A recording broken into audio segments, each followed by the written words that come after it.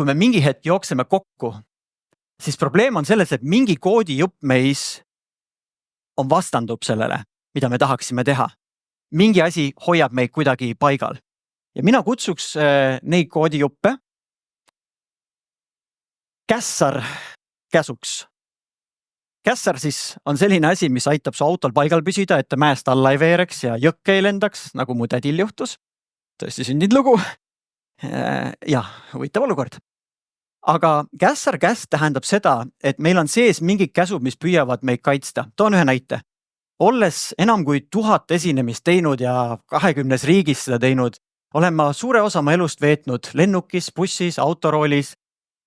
Ja kõige väsitavam osa ei ole mitte kuskile minek, vaid sealt tagasi tulek.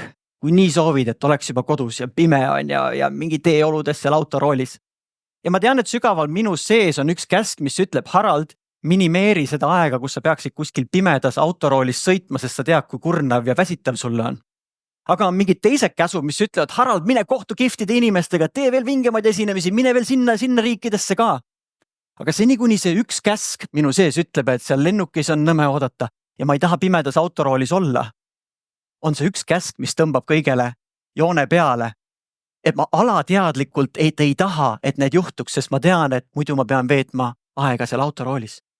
Ja need on need kohad, kui me saame aru, et mingi konflikt tekib käsus, mingi käsk on tugevam kui teised soovid meie sees, kus me peaks korraks vaatama peale ja küsima üle, mida sellega saaks teha.